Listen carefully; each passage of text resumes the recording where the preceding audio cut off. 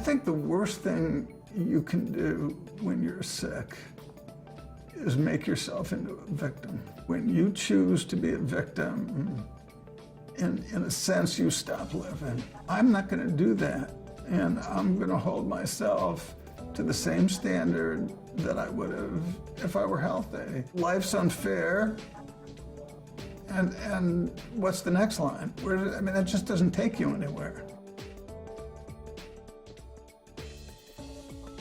I was in denial at the very beginning, for sure, and I kept saying to the doctor, I'm sure it's just in my head.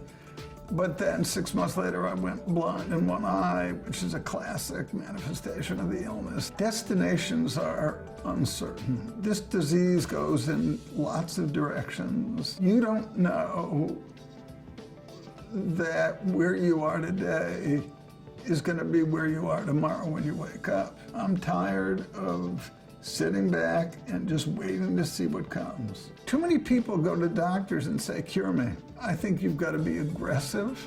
I think you've got to make choices for yourself. Not staying at a plateau, but improving. And so I began with Dr. Siddiq, who's quite extraordinary. He said to me, I've had this application in for years to do a clinical trial with stem cells. Lo and behold, the FDA approved it, and I got into the trial. This is the first time in 40 years the idea of hope has even entered my head.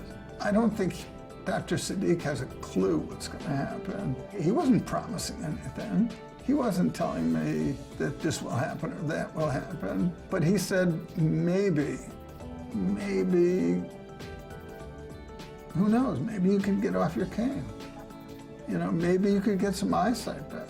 If the disease progression stops, that's a huge victory. Do you feel pressure, Richard? What do you feel? A little sharp pain, but not bad. I had a bone marrow aspiration. They extracted bone marrow, and in that bone marrow are millions and millions of stem cells. And in theory, they can help restore some, all, who knows, neurotransmission. I, like anybody else, was aware of stem cell therapy. I knew that someday, and someday is sort of the way I always framed it, maybe, just maybe it could help me. We're pioneers. We're on the cutting edge.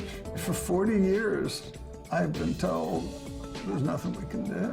The idea of helping to shape my own future and dealing with my own problems is very liberating.